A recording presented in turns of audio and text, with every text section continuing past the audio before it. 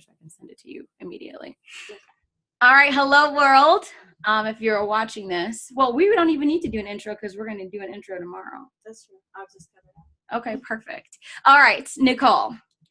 So when Jessica booked this interview, she was like, this is the woman that quit her job on Periscope. I was like, is the woman that quit her job on Periscope? Oh my gosh. I was so excited. Now, I just want to start there. Like, I need to start there. At what point, like, what was going through your gut when you decided to go like this? Hello, world. I'm done, right? I'm done. So I think first and foremost, it's important to recognize that that was only a highlight reel, if you will, of like what had been happening. So for months prior to that, I'd been documenting and sharing my journey along the way. So I'd been on Periscope saying, I'm building my business and this is what's working and I'm making money and, this was a tough day. And then finally it got to the point where I was like, you know what, I think it's time to jump and I'm going to do it on this day. So I just told everyone that I was going to be quitting. And then after I told everyone I was going to be quitting, then I said, I'll come back in and I'll check in after I do it. I'm going to call my boss up. This is going down. So I was trying to get a hold of my boss and I couldn't. And I knew time was ticking and people were waiting. So I went live again and I was like, hey guys, just letting you know, I was scheduled to talk to my boss at I don't know what time it was, 8, 11, whatever. And he is late to our call per usual. That wasn't that weird. And, and I'm sorry, and like, I'll let you guys know what's happening. Well, everyone was like, oh, no. What you're not fitting to do is go ahead and have this call without us on there. So I was like, okay. So I had my work phone on my own cell and I texted my husband. I was like, can I even do this? And my husband's an attorney. And he was like, yeah, just as long as you don't record his side of the conversation. 2-party consent state. My boss was located in Chicago. So he was like, 2-party consent state. You can't just do that. Like, you're good to go.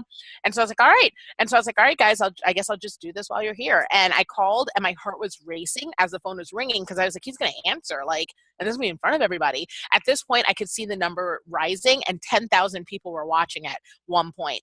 So I went ahead and he answered, I quit. It was still a blur. I have a recording of it, but it's also like, I haven't even watched the recording. It's been like 3 years now and I haven't even been able to bring myself to watch it because it was so emotional. But yeah, I quit live in front of 10,000 people and over 100,000 people watched the replay of it. So wow. It was pretty crazy, but it happened and it was one of the best things I've done so far.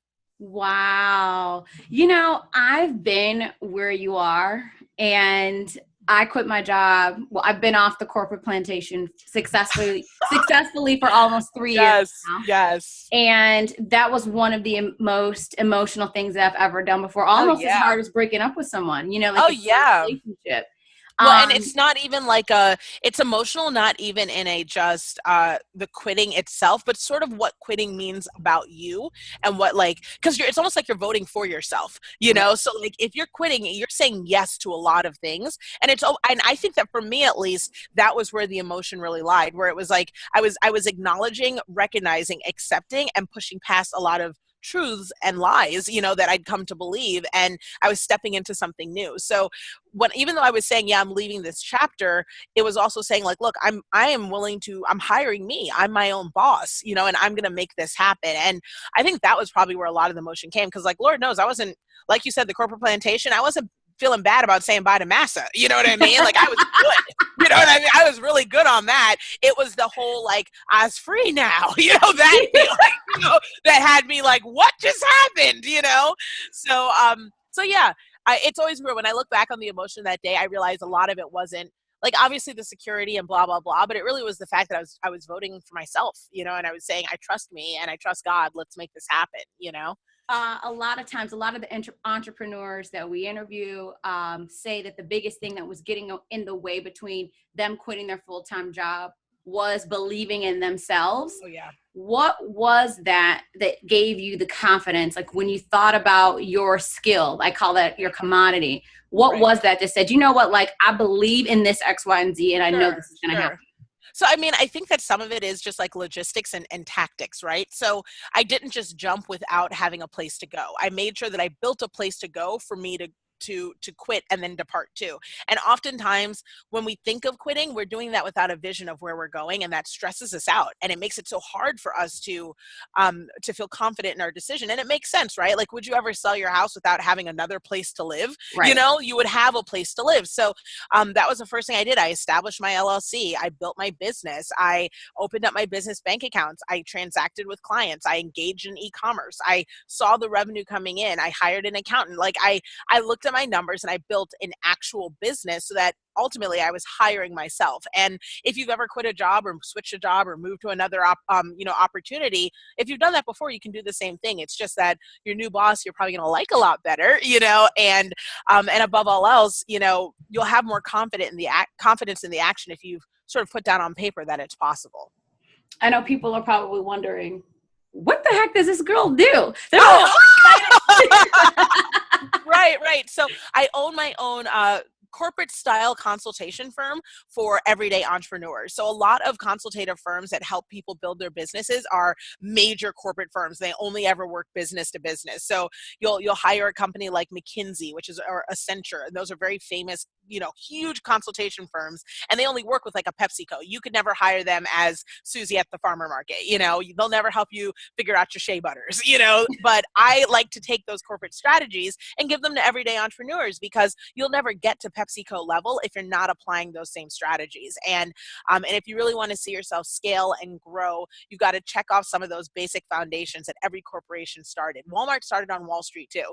And so I help people get each of those steps in to make sure that they can be the Walmart of the future. I love it. Yes. I do have Sure. your elevator pitch that you start all of your Periscope videos with. Oh, yeah. Usually I'll say like, hi, if this is your very first time ever watching one of my live broadcasts, my name is Nicole Walters.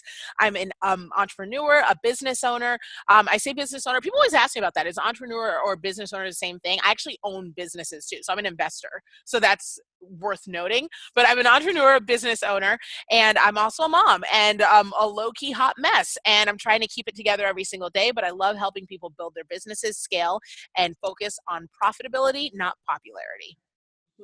Yo, like intact. It's so important. Do you know how many people we talk to that can't really talk about their business? I'm like, listen, if you don't have this down pat right now, like just stop the presses. Right. Well, you have to figure it out at first, just because you have to modify it accordingly. So, I mean, if I was speaking to an audience of moms, I'll say I show women how to have balance, have love in their life, focus on their family first without compromising their purpose. Like you have to adjust it according to your audience. So yeah, no, it's important to have that clarity, because you never know who you're going to meet. Now, Periscope is one that like people really don't talk about as much as they do Facebook and Instagram. Sure. Why did you choose Periscope, and how are you really using it to make money in general? Sure. So Periscope came before Facebook and Instagram Live. So what happened, just keeping it all the way real, I was a YouTuber. I was a natural hair blogger for almost 5 years. I'd already been engaging in e-commerce and generating income through my blog in a way where a lot of my blogger peers just were not making revenue. So because I was applying my corporate strategies and always treating whatever I did as a business. So a lot of my peers were already asking me like, how do you do it? How do you make it work? And I was like, gosh, am I going to start making videos on YouTube about this? And then I was like, no, because YouTube is like Steven Spielberg Productions. I was like, I would need a team for this. So at that point, live streaming happened, and I was like, yes, this is how God answers prayers. Like, this is for me. This is for me. Like, I can do live because I don't have to edit. I can just get on there, do my thing, drop it and go, right? So Periscope was the first platform. I hopped on it. I loved it, and I still do. And I would get on there, and essentially I did what I like to call my signature turbo opt-in method. It is trademarked because I'm about my business. And the turbo opt-in method basically is, in a nutshell, you just get online and you offer the value behind what you're doing, and then you just send direct people to a product, or you direct them to a solution, or you convert the audience that's watching live into immediate revenue or profitability. So that's what I was doing online. I offered benefits, and I told people, hey, here's where you can go to buy, and in a nutshell, and it worked. It worked really well. My very first product launch, I did $53,000 in about 4 minutes without any email list or any sort of existing client base. So it was tremendous, and it worked really well.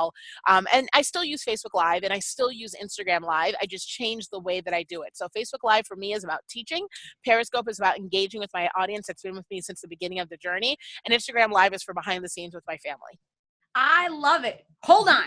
Sure. No, I love that because some people lack an understanding of how powerful and impactful social media is. Mm-hmm. Found a way to actually monetize your social media. Oh yeah, absolutely. Is that important across all genres, or do you think that just a certain type of entrepreneur can do that? Oh no, I think that everybody can benefit from utilizing social media. Honestly, everybody's there. The average person spends 20 minutes a day on Facebook. Wow. And I believe right now, I mean, there are 7 billion people on the planet, and I think half of them are on Facebook. So, I mean, it's just, the average person spends 20 minutes a day on Facebook. So, I mean, if you've got people that are all going and congregating, it's kind of like saying, I never want to go to that farmer's market, even though I know everybody in my town goes there every single day for 20 minutes. That doesn't make any sense. Why chase them all in their respective homes trying to find out who's interested when you can go to one place, which is like a massive meat market, engage with them, and show them what you have to offer. So any business, no matter what they have to offer, is short-sighted if they're bypassing social media. I love massive meat market. Yeah, I know, right? I was like, it's funny. Whenever I said that, I was like, what is that? Like high school, like college? Like who even says stuff like that? I don't know, but I don't understand. I'm so awkward. I'm so awkward. Every time I say stuff, I'm like, here you are trying to sound smart. Hot mess, Nicole. Get your sentences right. Like act like you got money, girl. Stop acting so brand new. Like that's like how I am in my brain. Oh my God. So when you're working with these businesses, yeah, and first of all, business owners, entrepreneurs, however we're going to call them, and identify with them, people that you're working with inside of their business, is a very sensitive topic. Sure. And business owners can be very hard-headed. Oh yeah. What are some of the things that make you just want to go home and bang yourself against the wall because they aren't listening to you and you know for a fact that they need to? Sure. So it's a double-edged sword. So I love working with entrepreneurs, small business owners, because of the passion. But that very same passion can be the thing that sinks their ship. Mm-hmm. So they're so tightly connected, they're so closely in their vision, in their dream, that they may not want to compromise or even alter aspects of it to help their profitability. And I think that some people even go so far as to say to me that, it's not all about the money and the money doesn't matter. And you know what? It's true. At the end of the day, it is about the impact. That's why we all actually do what we do. But the way that you measure a successful business is something that shares a commonality with all other businesses. And that's how much money you make. And a business that's not making money is a hobby or it's closed. And one of the things that, people struggle with is understanding that you have to make money if you want to live in your purpose. Like God wants you to live in your purpose. He's trying to fund it. So collect those checks, and it's just, I think that for me is the hardest thing to overcome, is that, with a lot of minorities, with women, with new business owners, with people who come from impoverished backgrounds and carry that mindset with them, there's this belief system that you aren't either entitled or allowed to be paid for doing the hard work. You just kind of have to deal. That if you're trying to do something to truly help people, you aren't allowed to get paid for it because that sort of diminishes the worth of your action. It makes it not as valid and giving. Or there's this belief that if you really start earning major revenue, you're selling out, that you have, gone the way of corporate and thus you are no longer, sort of floating with your people, and having to dismantle these preconceived notions and dismantle these mindsets that impede the ability to actually generate revenue it's probably the biggest challenge, but fortunately it's my biggest gift, and I would much rather break through all that, find the clarity, and then just give you the simple systems because it's formulaic when it comes to making money. It's not that hard. Wow. That is so true. It's so true. And I have this wonderful man. I always talk about John Jameson. He started this company called Legacy Taste of the Garden. And he's doing like hydroponic stuff and all these like sustainable gardens.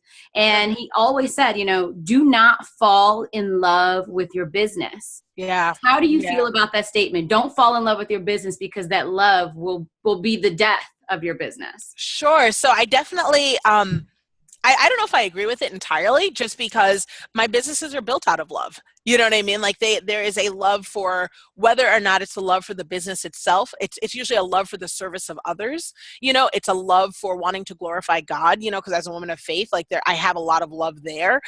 So love is a huge component of my business, but what I don't ever want to do is be so in my business that I can't see away from my business, that I lose sight of the path for my business. And I think that's what he's kind of getting at.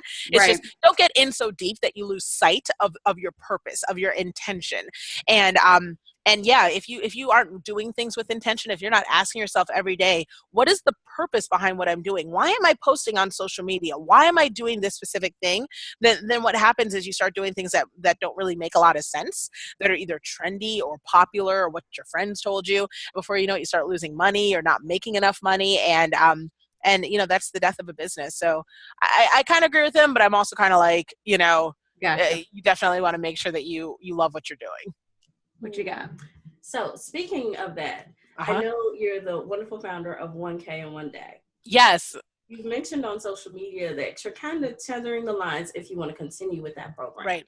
So can you walk us through that experience and why you're thinking that you want to cut that off? Yeah, so you're the first person to ever ask me about it. I guess I haven't really talked about it much that I wanted to do this, but sure, I'll answer this question. So I do have an academy called 1K One Day Academy. It's wildly popular. It sells out. I have thousands of entrepreneurs who've been through it. And this academy basically teaches you corporate business foundation. So it helps you generate more revenue and things of that sort. Well, this academy's gone through 7 cycles. 7 groups of entrepreneurs have gone through this. And it's $1 million academy. It's one of my top products, generates a lot of revenue, all that good stuff. However, I'm a big believer in seasonality. I'm a big understander of data and analytics. And I do believe that the online course world is on, in business school, it's called a bell curve, where, things kind of go up and then they go kind of down. And I believe that we're kind of coming around the tail end of that curve.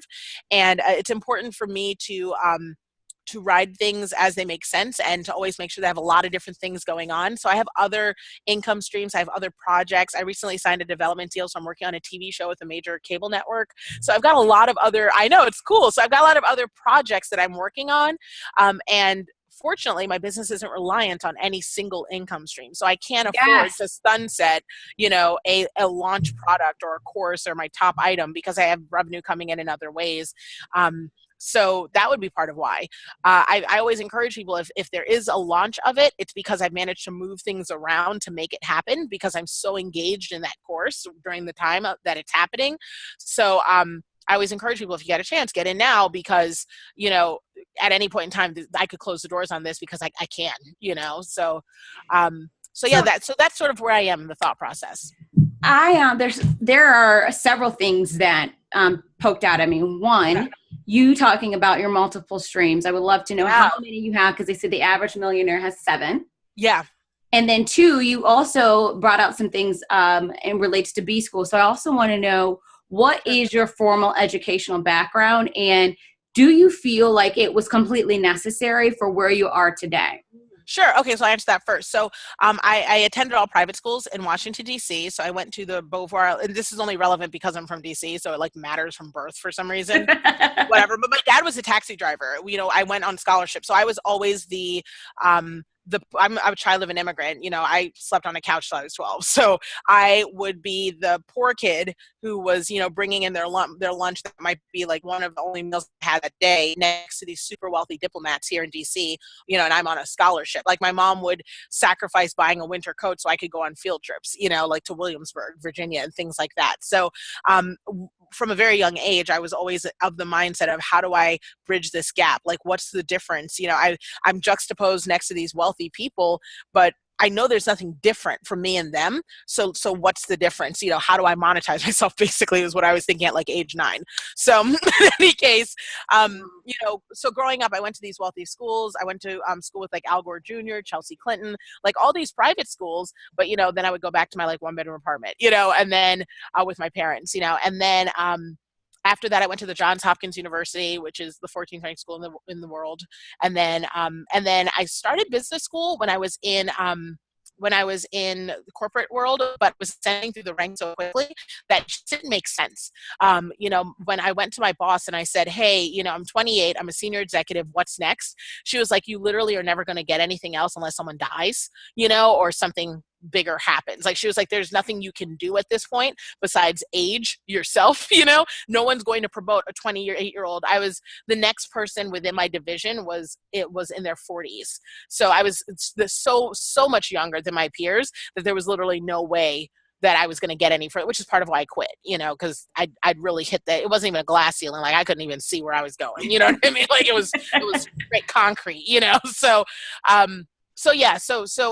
that said, with all of that, and fortunately, because I had full rides and full academic scholarships and things of that sort, I don't have a bunch of debt from my education, but I don't think it's warranted. So which is crazy to say that, but the best thing I learned about that experience is one, my schoolings and the schools I went to, because they were top tier schools, they got me in the door, on my resume. They helped me get these corporate jobs because I should say get the interviews for these corporate jobs. But, I had to slay them myself. Going to elite schools helped me be very well spoken, very well read, have an expansive vocabulary, know how to carry myself. Thanks to the internet and YouTube, you don't need any of those things. You don't have to pay as much money as I did in order to be those things. You can invest yourself in reading and practicing your diction and, being aware of yourself and your composition whenever you're presenting yourself to others. And you can mimic what I do in order to get where you need to go if that's what's necessary for that specific path. Can I just stop you? I cannot wait to remix exactly what the heck you just said, because this needs to be replayed and over and over and over again, because this is the problem, and this is what kids today just don't really get. College isn't an instant. Yeah, you don't have to. Yeah, I have 3 kids, so I adopted 3 girls. I have a 6-year-old, a 15-year-old, and an 18-year-old. They're sisters, and each one has a different personality. And I pride myself on being able to raise my kids, as a unit individually. So my eldest child wants to go into the sciences. She wants to be a nurse, so she's going to college because that makes sense. You can't learn science and how to heal people over YouTube. At least you shouldn't. I don't want that doctor. You know what I mean? You shouldn't, right? So I don't want her Googling solutions that way. So she's going to college. It makes sense. For my middle child, she's the artist. She's a creative. She's a dancer. She likes photography. I am not paying for college for that, but it doesn't give her a pass. I still expect her to be excellent. So because of that, because we make excellence a priority, she's still going to have to take courses. She's still going to have to take education. She's still going to have to find an apprenticeship. She's still going to have to find a way to afford to live in Paris so she can study the art of the greats. I still expect her to be well-rounded and educated in her craft. It just will look different than a conventional, traditional college experience. She's not acquiring debt to come out as an art history major from Harvard and not get a job. That doesn't make any sense to me, And then my youngest one is more of the entrepreneurial actor spirit. So she's 6. We'll see how she develops, but I'm hardly raising her saying, oh, you're going to college. Absolutely not. We'll figure out what makes sense for the path that you want to take. But no matter what, excellence is a priority. No excuses. You will not sit at home. Okay, you are speaking the complete opposite of what I'm assuming your very traditional immigrant. Oh, yeah. What? Are you kidding me? My African parents to this date, they're like, hey, my daughter, you don't have a job. You stay home. I don't know what you are doing. And you call yourself, what's this entrepreneur? And you don't even know where you are getting paid. That's my parents, all day. And I'm like, do y'all not understand? Can I pull out entrepreneur? I'm in Forbes this week. You know what I mean? I'm telling my parents this. They're like, I watch his fobs. You're on Forbes for what? And I'm like, for my business. I'm in there for my business. And they're like, so you have, what is this business? Lawyer? Are you lawyer or are you doctor? Neither. So you don't work. That's where my parents are. You know what I mean? So yes, they're very traditional. They're very okay, this is cute, you know what I mean? But when are you going to get a real job? You know what I mean? That sort of thing. But you know what? That's okay because my bills are also really paid, so I'm really okay with that, I'm fine with it. So it's fine. And then the other question you asked was about income streams. So I've had 7 over the past 2.5 years, and going into 2018, I've added 2 more.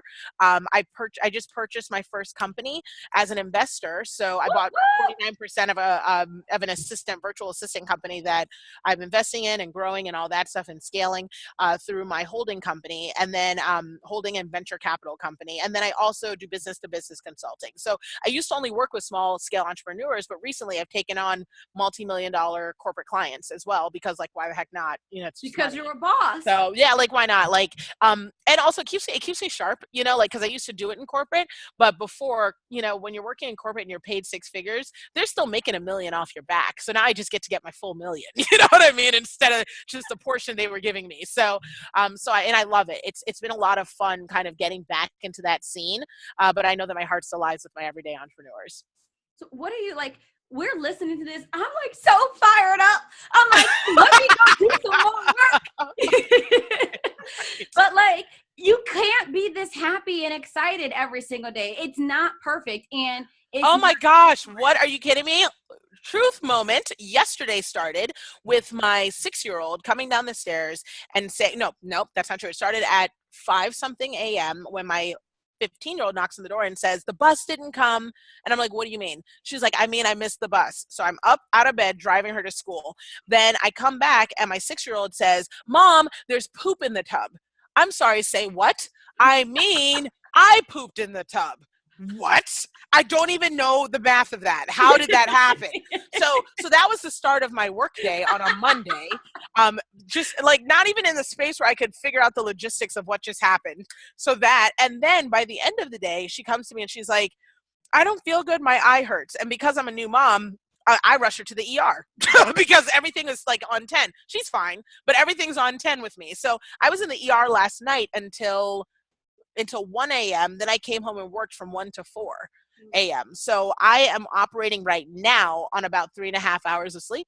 So you're right. Every day is not perfect. You know, I'm very excited to go to bed at like 10 o'clock tonight, you know, and just wake up tomorrow refreshed. But I've got a full docket. I'll be in San Diego this weekend. I was in Vegas last weekend.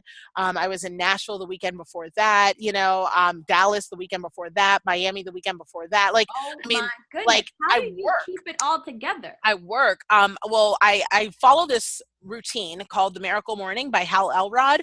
Write that down. Miracle Yeah, and Morning. it's a quick read. It's a quick read. It's by Hal Elrod. Okay. Yeah, Hal Elrod. It's called The Miracle Morning. I love it. And it's just a simple routine. I wake up every morning. If I can by 4, that will not happen tomorrow because I've been up super late. But you know, I try to wake up definitely no later than like 6, maybe 7 if I'm sleeping in.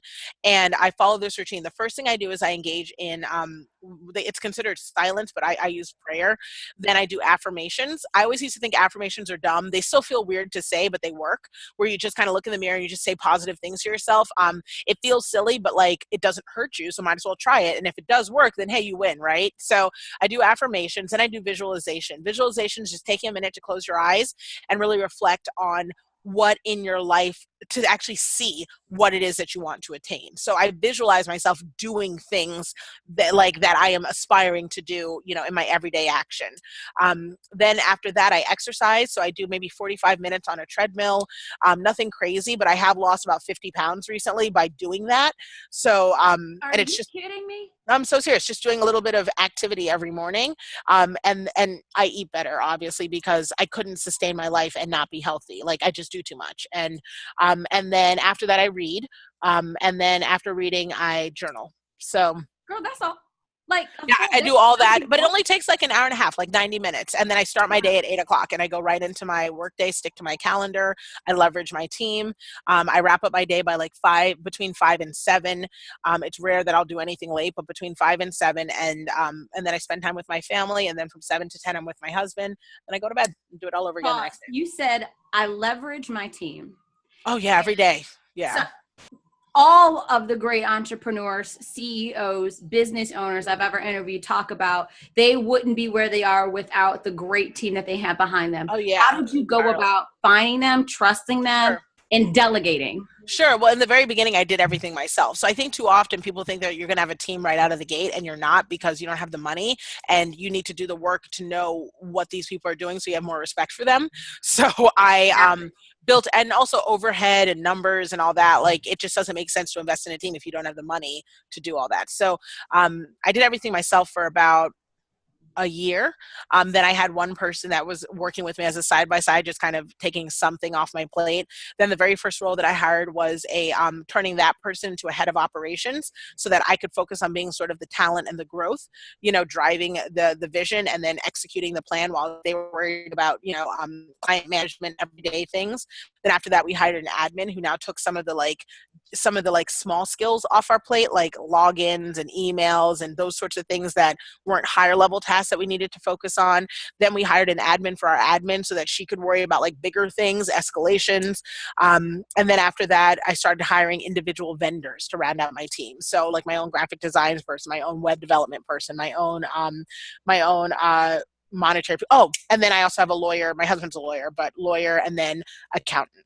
That was really quickly hired. So my team did build out over time, but it took about 3 years. And like, you don't need an accountant. You can use just QuickBooks, girl. If you're not making all that money, just use QuickBooks. You know what I mean? Like, but prior to that, then eventually I got an accountant. But yeah, I mean, I have a whole team and I delegate because you always want somebody who you always think you can do things better than everyone else, but that's not true, because if someone is focusing on that one task all day and that is their only job, they will be better at it than you. And like, that's what you want. And what I believe is that my people that I serve deserve that. Like, they deserve to have someone who's paying attention to them 24/7, not someone who's going from cleaning out the poop to trying to fix your login. You know what I mean? Like, I can't be in both places 100%. And they really deserve to have someone who's paying attention, which is why I have a team. Wow. I want to give you a hug. I like so awesome. Oh my God. And I also heard that you're a Scorpio. Happy birthday. I am, yes. November 6th. Same November 14th. Hey, girl. Yes. We're a lot. I feel bad for everybody. Tell me a little bit more about, and this is going to get real juicy. Okay, sure. Here we go. Hang on to your seat right now. Okay, I'm about to give you a real true Scorpio question. Sure. What type of hateration have you experienced with other women of color? And how did you handle it? Did you let it affect you? Did you let it roll off your back? Did it make you go home and cry? Sure. And what are you doing to help mentor other women of color to stick together and not be apart? Sure. So twofold. That's a great question. So twofold. One, the whole thing about Black women not supporting each other or coming for each other's neck and stuff is a lie. Overwhelmingly, Black women are my biggest supporters. Like, I don't even have to work to acquire that segment of the market because Black women show up so ready and so hard and loud for me. So awesome. It's something that I think, it doesn't mean that I don't have situations, which we will get to, but overwhelmingly, if I am at an event that I have been booked that is not an event for people of color, but we show up everywhere because we're excellent. You know what I mean? And usually when we show up, we're in the top 1% because excellence. So like, first row will be all Black women. Like, I'm excited to see you here, sis. Like, you are representing, like clapping, cheering every time. So that is something that I can tell you, I have never received more love than the type of love I get from Black women. Wow. So that is 100% the truth. Wow. Yeah, it is 100% the truth. So and I feel like it's one of those sort of self-fulfilling prophecies if we keep speaking on it, that it isn't that, because it's just not true. You know what I mean? Right. It just isn't true. Like, when I've never been interviewed on a platform by white women saying to me, hey, can we talk about how you're just uplifting women of color? We just want to inspire women of color today, girl. So we brought you on here just to inspire. I know that we're white, but we brought you on to inspire women of color. That has literally never happened. It is always, you know what I mean? It is always other Black women who are like, I want to do for more like us, you know what I mean? So that's just the truth of it. But on the other side, I have experienced like hateration and negativity and things like that. But those that has to do more with the individual. You know what I mean? It has more to do with that person's self-limitations, their own negative outlook, the things that they've accomplished, the things they haven't accomplished. And above all else, there are two aspects to hating that I think everyone should always keep with them. One, people will often try to reduce you if you are doing things that they haven't been able to come to terms with the fact that they aren't able to do themselves. So if you are out there being an example of something that challenges their own notions and self-worth, and they have a choice now where they either have to rise to meet those expectations because you've just proven it can be done, sometimes it's a lot easier for them to break that down than to rise, and it's unfortunate, but that's a defense mechanism because some people are just averse to growth. They're uncomfortable with it. So it's like, if I've always been told that, but back when I was a hair blogger, that dark skin, kinky textured Black girls can't have successful businesses because the market only has room for light skinned, loose hair textured girls. And then you see me rising. Well, that challenges your own notions, doesn't it? It means that now that excuse just doesn't hold any water. So what are you going to do in this moment? Are you going to be great and get out there and stop holding on to that excuse? Or are you going to continue to, hold on to that lie and say, well, she only got ahead because of these other things, and it's up to you what you want to do in that moment, but that is something that people are always going to have to deal with in their life. You're going to deal with and it can be a parent, it can be a spouse, it can be people who have had a definition of what you are and where you fit, being uncomfortable with you breaking out of that. It doesn't make it right. It just means that it's happening. So that's the first part. Right. And then the second part about haters, that is a just uniform truth that really, I'm telling you, this gives me freedom because haters, it doesn't feel good when people say bad things about you. It always feels bad, and if you are really invested in what you do, you should feel something. If you feel something, that's sign number one that it's probably not true because you care. You know what I mean? True. If someone's like, oh, she thinks she's too great, or she thinks she's a snob or whatever, true snobs don't care when someone says something negative about them. They're just kind of yeah, I'm great. Do you know what I mean? You know what I mean? I don't get it. I do introspection. I'm well, is that true? And where does that, you know what I mean? But the first line of introspection I do now, because I'm grown, I'm all in my 30s, so I've grown as a woman. No, the first thing I say is, I have never in my life, and you can tell me if I'm wrong, I've never in my life met a hater that's doing better than I am.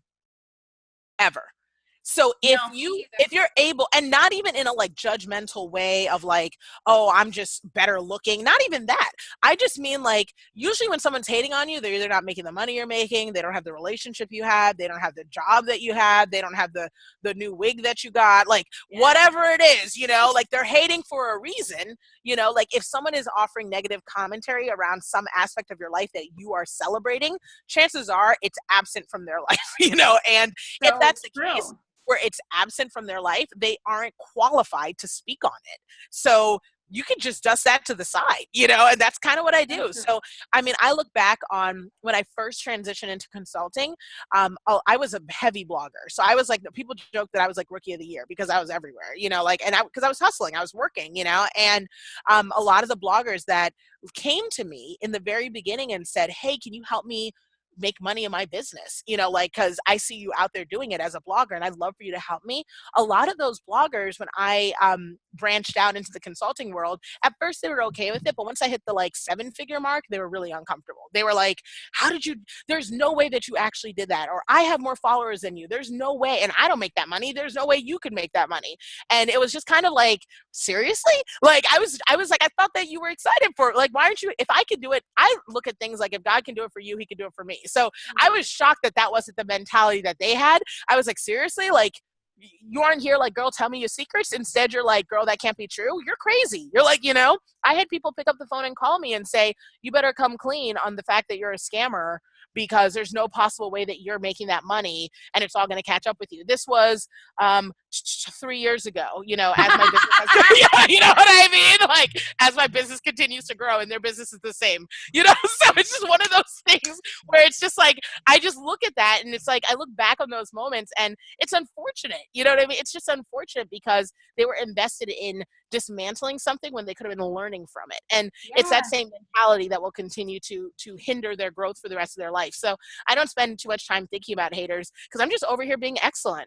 What advice do you give young girls? So right now, let's just think about the art of bullying, how things fly and it's super fast on the internet, and especially young women of color with our Black families being so dismantled and them not being so sure in themselves. What advice do you give to them when they may not be so secure in what they're doing and the people around them aren't supporting them? How should they uplift themselves so they can move forward? Sure. Well, I'm raising 3 little brown girls, in different age ranges that are absolutely dealing with those things every single day. And one of the things I constantly remind them is remember whose you are, who you are and whose you are. Who you are is something excellent. I am constantly pouring into my girls oh, you don't even understand, you're smart. You at your core are capable of doing anything. If there's anything that seems to escape you, it's a matter of tools and time and resources. If you put in the time and we get you the resources, you can do anything. And so when your kids are walking around carrying that mentality, there's nothing they can't overcome. and it's empowering to them. So like when my kids meet a problem, instead of saying, oh, I've met a problem, I don't know the answer already, thus I may not be able to do it, so I'm defective. Instead, they meet a problem and they say to themselves, do I have the time, and what resources do I need, because I can do it, so that's the first thing I'm empowering my children with. But the second thing is, in reference to others, we try to remind them that what you need is life. You need God, you need your family, and you need to feel good about yourself. So everything that's outside of that is extra. Everybody's extra. You know what I mean? All these friends, extra. If they want to be in your life, God bless them. Good for them, because you're amazing. But if they're not interested, hey, that's cool. You have everything you need. So if your kids know that they don't have to seek validation externally, then they have way more comfort and sense of self-worth internally. And so we've only been parents for 3.5 years. So we've been working to sort of unlearn and unpack preconceived notions around that, but we've seen their confidence skyrocket by just sort of empowering them with these notions on a regular basis, because they walk around like, I'm worth something. And if these kids have a sense of worth, then you can't really treat, like, nobody's going to go up to, the Pope and spit on his shoes. You know what I mean? Because he has worth. You know what I mean? So we have our kids walking around like they're the Pope. You know what I mean? Like understand, like, you are my child. You know what I mean? Like, no one's gonna treat you any type of way. Like, do you know who you are? You are diamonds. You are excellent. You are gold. And like, when our kids are walking around like that, people treat you that way. You know what I mean? So yeah, I think it's just what you pour into your children. Just don't let them have any room to think that they're anything less than excellence. I've totally stole this whole entire interview. Let me just do one more, Jessica. Why did you choose adoption over having your own children? Sure. So it wasn't even a choice. So I actually haven't shared the story like publicly too much. I'll just kind of give a high level. But so we were planning on having our own children. We still might, we still might. But what happened was, when I was 28, 28, no, it wasn't 28. I had to be like 30. Look at me lying about my age already. Like, no, I had to be like 30, but we lived in inner city Baltimore. We'd been married for about like 8 years at that point. And a lady in our neighborhood was struggling with like addiction and felonies, just usual city stuff, and she had these 3 girls, and she would panhandle often. And so I took them in under a mentorship sort of role. And after mentoring the girls for a while, it just became apparent that they needed more. And then we found out their mother was going to jail for a year. So we asked her what she was going to do with the kids. She said she was going to let them go into the system. We weren't okay with that. So my husband, being an attorney, just signed over some paperwork. And so within about maybe 3 months of knowing the girls, they were living with us full time. And so we've had the girls ever since. After the mother came out of jail, it was just clear that it was a better situation. And then we just processed the formal paperwork. So we didn't plan on being parents. We didn't opt for adoption. It was a God-given opportunity to make and create a family. And it was preordained. We didn't have a choice. It was what was supposed to happen. And it was just organic, and it was amazing. And it's been one of the greatest blessings ever. Being a mom is the hardest thing I do every single day, especially an instant mom to 3 children. People say like, oh my gosh, having an infant's really hard, but having an 18-year-old you did not raise is very, very hard. Like, it's, especially when you're young too, and they think they're slick, but they're not, so it's like, there's all these things. So yeah, that, and then, in that same time period, I quit my job and I opened up my own business because partly because I'm like, I got these girls watching me and I got to pay these college bills. Like, I have to hustle on my own. Like, I can't just take the check I get from corporate. I need to make more money, so that's how I became a parent. One of these days our 15-year-old goes to college in 2 years. So we may have another child at that point, because then we'll have an 8-year-old. So we may have a child then. So, because I'm not that old. So what is wrong with you? Okay. Everything. You don't understand. I'm crazy. I'm crazy. Like, what's wrong with you? Okay. What's wrong with real me? Deal? So what's wrong with me? So I do go to therapy. I'm a huge advocate of therapy. That's not wrong. That's even more wrong. I'm a huge advocate of therapy, partly because like I used to deal with like crippling anxiety. So like I have really bad, oh my gosh, crippling, to the point where it would affect. So one of my favorite things to do is to get on stage and do keynote speaking engagements. Like I've spoken with like Dave Ramsey, Shalene Johnson, Brendan Burchard, Pat Flynn. Like I've had these awesome speaking gigs, but I'll freak out like the day before. I'll just have full on panic attacks, just like meltdowns. And then I'll get on stage, slay. And then afterwards I'll like hide in a ball and not want to be around anyone. And after a while I was like, this just doesn't make sense, that I have fear around the thing I love to do most. So like I had to do like a 7-day therapy intensive to like get my life right. And it turns out I had like a lot of, you know, imposter syndrome, like inability to internalize my own success, like just fear of failure. Yeah, like fear of failure, you know, stuff from growing up with parents who just always were demanding that, you know, like you bring home an A-, it's like, oh, but you couldn't get an A+ though. Like just, you know, I just beat myself up really badly, and which twofold helps drive my success, but also can be crippling when you're in the midst of, you know, because failures are going to come every day in entrepreneurship. Like today I didn't stick to my calendar the way that I wanted to, and in my head I'm like, I'm so tired, I want to go to sleep, but I have these things I should do, you know, and then it's like, should I feel anxiety about that? Like, you know, like it's just a distraction. So like, so in terms of what's wrong with me, I have really bad anxiety. I can be bossy sometimes, but I don't feel bad about it, but it's true. Sometimes I'm not nice to people because I'm short-tempered. Like not short-tempered, but short, like I'm a boss, you know? So I'm like, hey, let's, you know what I mean? Like working with me is going to be the best thing ever because you're going to leave me better than you arrived, you know? But that's because I'm going to insist on excellence. So that part's tough. And I'm a sucker for my children. My children have turned me into softies, man. Like I am just like, I'm a softie. And so like, there's that. So like I'll cry like if I just like can't keep that together. What else is wrong with me? That's like, she's like amazing. I'm nervous about spending money. Because I'm not used to having it. So whenever I spend money, that makes me feel very. So she falls on a budget. She saves. She's like in tune with her emotions and who she is. Well, I'm a work in progress. I don't go to church every Sunday, and I always aim to make the early service, and I always make the middle service. That's true. Like, wow. That's the truth. What else? What else is nothing? Oh my gosh, I always round. That drives my husband crazy. So like my husband will be like, "How much was it?" And I'll be like, "It's like $11." And he was like, "It was $11.99. That was $12." So I do that. I do that all the time. What else? I have issues. I've been working on my weight. That's a huge thing. Like that I really struggled with, really struggled with. And I'm getting a handle on it now, but it was a lot of work for a long time. I can make excuses and rationalize the heck out of things because I'm a good salesperson. So like if something's not working, I can rationalize it like crazy, but in the end, it'll all catch up with you, right? You know? So I'm like, see, this was my strategy though. Failure, you know? It's like, but no. I procrastinate. It's part of why I have a team. So I've started learning that procrastination happens out of fear, or it happens because it's something I don't want to do at all. So that's why, like, I'm learning that if I'm procrastinating on something, it's because I need to delegate it and like use my resources, or because I'm afraid that I'm not going to be able to do it successfully and I'm going to fail. That's one. So I procrastinate. So there's that. Thank you so much for being so open and real and honest. I never do my laundry. I put my clothes on the floor. There's that.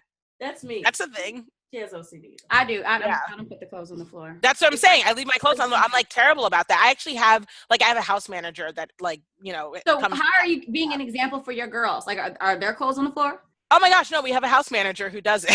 there are no clothing.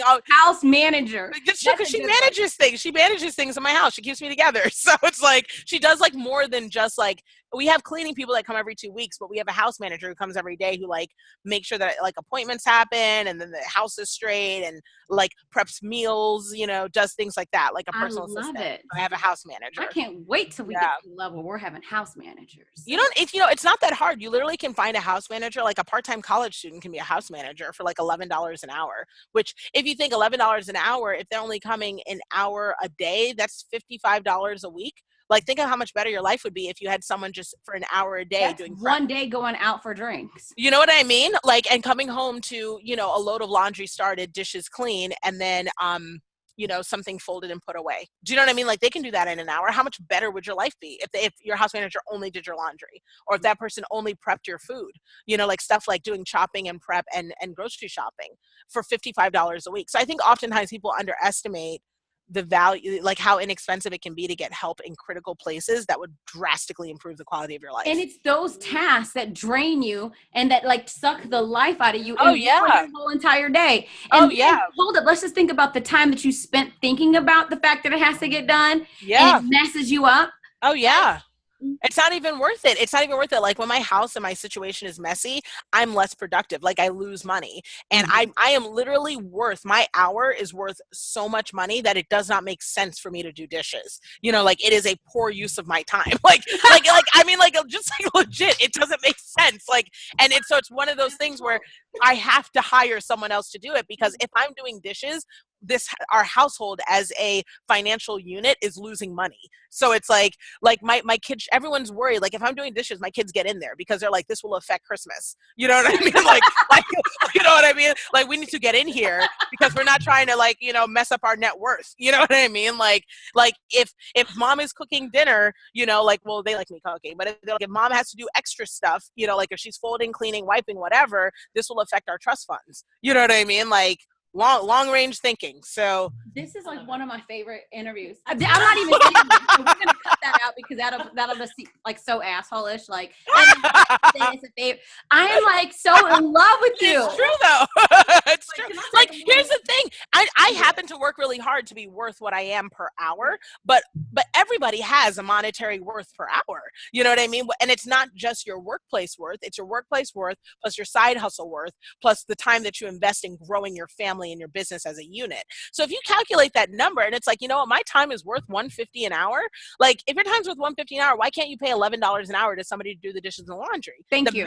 The math adds up. So it's not me being a jerk. It's that my kids get it. They're like, listen, mom on the phone can make $1,500 an hour. Why on earth would we have her doing dishes for an hour and a half when we can do dishes and we're 15 years old? You know, like it doesn't make any sense. You know, like it's just math, you know, and they understand that like our family is very big on we're a team. We are a unit. Like when I make money, they make money. When they handle chores, they're helping me be successful. So it's like, and I am grateful to them for that. So like we're all working together because we win together. So like you can't come in and beat the Walters. We're a unit. I love it. All right, what's your closing question? We want to be respectful of your time. We're over. Oh, sure. No, I appreciate it. I saw GSD this whole thing. That's what's going on. Yeah, no, it's totally fine. It happens. Okay, so it's hard to narrow them down. You can ask more than one if you have to. I could probably do another like 5 to 7. Okay, so I have to. Can you talk about how you actually found your mentors and how that changed the trajectory of your business afterwards? Sure. So my the first way to find a mentor, this is pretty simple, is actually engage in the stuff that they're already putting out. So if they are a true mentor who's worth working with, they're not already sharing their secrets. They already have a passion to serve in that capacity. So engage what they already have. There's nothing more annoying to a mentor than coming to them with questions about something that's like in their book, in their course, you know, that they already email about on their email list. You know, like come to them with some knowledge and understanding around what they've done. Now, the second part of that is some application or implementation of those things. So with my mentors, not only was I already engaged in their world, you know, and being consistent, but I was out there applying things that they learned and do well with excellence, you know, and making them, I was their best student, you know, that they never knew about. So that is kind of how I try to carry myself in all things I do. I'm the best thing you've never heard of, you know, like, and so once you hear of me, you're going to be like, I can't ever leave your space. You know what I mean? Like, because you will always be excellent. You'll always give me your best. You'll always be the most. And so the same thing applies with mentors. Engage their stuff, be their best student, then go back to them and say, hey, look, here is how I have applied what you've done. I'm ready for more. You know, and they'll keep giving because it's that feeds, like any mentor, that feeds them. They're like, that's why they really do it. If you're already making money, it's not about the money anymore. It's about truly seeing people succeed, because that's what defines your legacy. That lasts long beyond you, you know? So like I calculate my wins and lives change, not just in like commas in my bank account, you know? So it's like when you are seeking a mentor, that's how you have to reach out to people. It's like, look, this is what I've done. You know, and here's what I've learned from you. And I want to say thanks and ask you, what's next, mentor? I'm showing up. So that's what I've always done with my mentors. And I do the work. Above all else, nobody wants a mentor where you're just speaking on deaf ears. Like mentees don't, no mentor wants a mentee where you're speaking on deaf ears. Every single mentor wants someone that they know is going to actually do the work, apply the information. And even if you're not going to apply it, to engage and argue and tell them why. You know what I mean? Like make me better as a mentor by telling me why that info didn't work. You know what I mean? Like challenge me, because that's truly what gets you to the next level. So if you're looking for a mentor, you just say, oh, and then pitch yourself. That's the other part too, is people will do all this stuff, but then you'll never tell your mentor. Send an email, call them, Like, you know what I mean? Go to their events, find them, pitch yourself. Like, I can't hire you if I don't know about you. I can't pay you if I don't know you exist. Like, I can't mentor you if I don't know that you're out there being my best mentee. You got to tell me, you know? So those are all huge pieces. But yeah, the emails that I get from people who are like, can I work with you one-on-one? But like they've never signed up for anything. They don't know. They're just like, I just love you and I think you're great and I want to work with you one-on-one. It's like, I have a plethora of free information out there. You could have picked one video, come back and said, I applied this, and I'd be like, yes. You know what I mean? Like, here's what you can do. I'm sending you a free this. I'm like, I will give, but you got to do something first to show me that you're willing to show up, because it's an investment. All right, now my closing question. Sure. I struggle with constantly, but it seems like you have it like narrowed down. How do you? I was like, do I? We'll see. I'm like, I don't know. Your target audience. Ooh. I don't have this narrowed down, which is really interesting that you picked this one. So, I mean, my target audience is anyone who is looking to grow, scale, and be profitable, right? Which is everybody. Most people want some level of profitability, either financially, emotionally, or spiritually. So I'm fortunate enough to be able to target all of that in my brand. So in terms of pinpointing a target audience, I think one of the biggest things that you can do right out of the gate is launch. So oftentimes people will create something and sit on it and say, I just want to fix it till it's right. I just want to create this until it's right, so that way the right person will buy it. But the reality is you can't fix anything or fine tune it or make it better until you get feedback. So you have to put it out there, find out if people want it. You know, it's an idea validation process. You put it out there, and then if people want it, then you can say, okay, great. You work with that small beta group segment of 10 people and you get feedback. You serve the heck out of them. You're on the ground. It may not be what your product looks like down the line, but you do that to start with. You run surveys, you improve, and then you relaunch your product in its awesome state. I think that by far, when people are looking to seek out their target market and to figure out who they're supposed to work with, they try to do all that without ever actually engaging in the marketplace. And that's just not how it works. When I worked in corporate, they weren't releasing, I worked in high sales insurance.